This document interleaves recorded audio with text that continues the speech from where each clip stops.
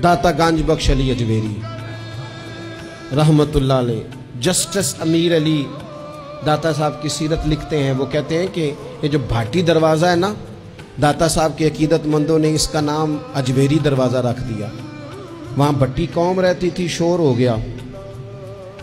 राजा जय सिंह सरबराह था लाहौर का, उसे शिकायत लगाई गई कि आज अगर अजमेरी नाम पे दरवाज़ा है तो कल और नामों पे भी दरवाज़ा होगा।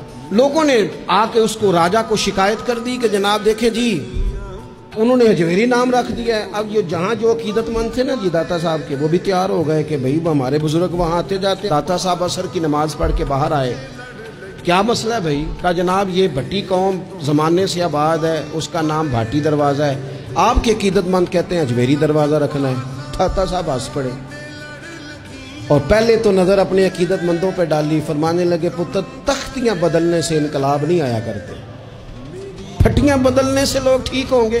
फरमाया अगर तुम्हारे अंदर ताकत है तो हिंदुओं सिखों के दिल बदलो ताकि ये मोहम्मद अरबी के गुलाम बन जाएं। ये तख्तियाँ बदलने का क्या माना हुआ? फटियाँ बदलने से तुम लोगों को तब्दील कर दोगे कि तख्ती पे नाम आ गया। और फिर आप फरमाने लगे सिरे से बात ही गलत है, क्या जरूरत थी तुम्हें अजमेरी दरवाज़ा नाम रखने की? जब ये बनाया भट्टी कौम ने, लगाया भट्टी कौम ने, रहती भट्टी कौम है, तो भाटी दरवाज़ा ही नाम सजता है। खबरदार किसी ने अजमेरी दरवाज़ा का। दाता साहब ये कह के अंदर आ गए, अपने मुरीदों और अपने नाम के खिलाफ फैसला दे के। करे ना थोड़ी जुर्रतें आज भी, कोई एक तो हो जो अपना नाम पीछे करे।